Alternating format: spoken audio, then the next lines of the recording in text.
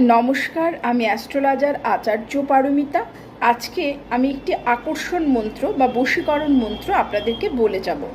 মন্ত্রটি কার্যকরী করতে হলে আপনাদেরকে একটি ফুলদার লবঙ্গের প্রয়োজন আছে। সেটি হাতে নিয়ে বসবেন, মুঠো করে বসবেন এবং একটি মন্ত্র আপনারা 108 বার পাঠ করবেন।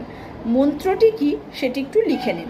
মন্ত্রটি হলো ওং নমঃ ভাস্করায় ত্রিলোইকাত্তনে অমুকং। অমুকংয়ের জায়গায় সেই ব্যক্তির নাম।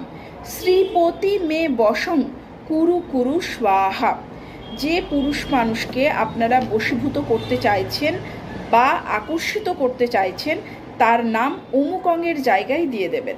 এরপর এই যে লবঙ্গটি আপনি হাতে ধরে আছেন সেটি অভিমন্ত্রিত হয়ে গেল 108 বার মন্ত্রটি পাঠ করার ফলে।